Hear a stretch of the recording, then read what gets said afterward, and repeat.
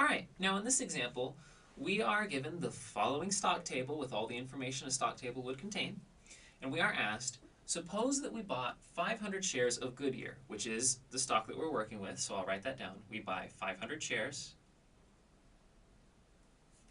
and we paid the price per share at which a share traded when the stock exchange closed yesterday would have been sold for. So in other words, when the stock market closed yesterday, what was the price that the very last share in Goodyear was sold for?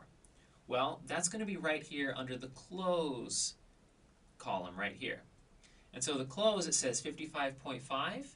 What that means is that the very last share traded yesterday sold for $55.50. So in other words, we bought 500 shares and we bought them at this price, $55.50.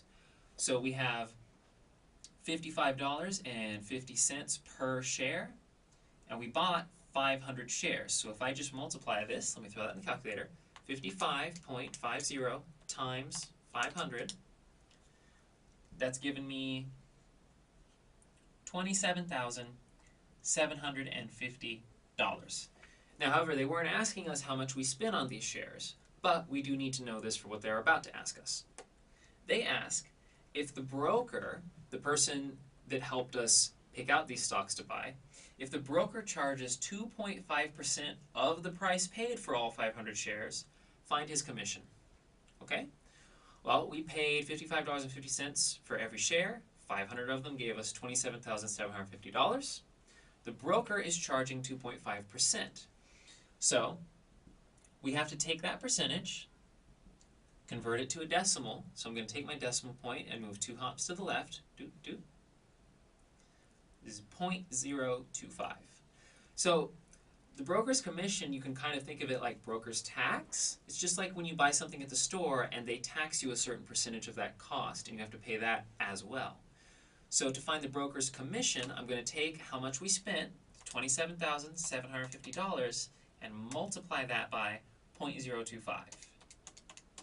And when I do that, I'm getting that the broker's commission is, let me actually write that out, 27,750 times 0.025 equals $693.75. Okay, so just to recap, they had us read the stock table because they told us that we spent per share, we spent the price that would have been how much a share costed yesterday at closing, which was $55.50. And when we bought 500 of them, it cost us this much.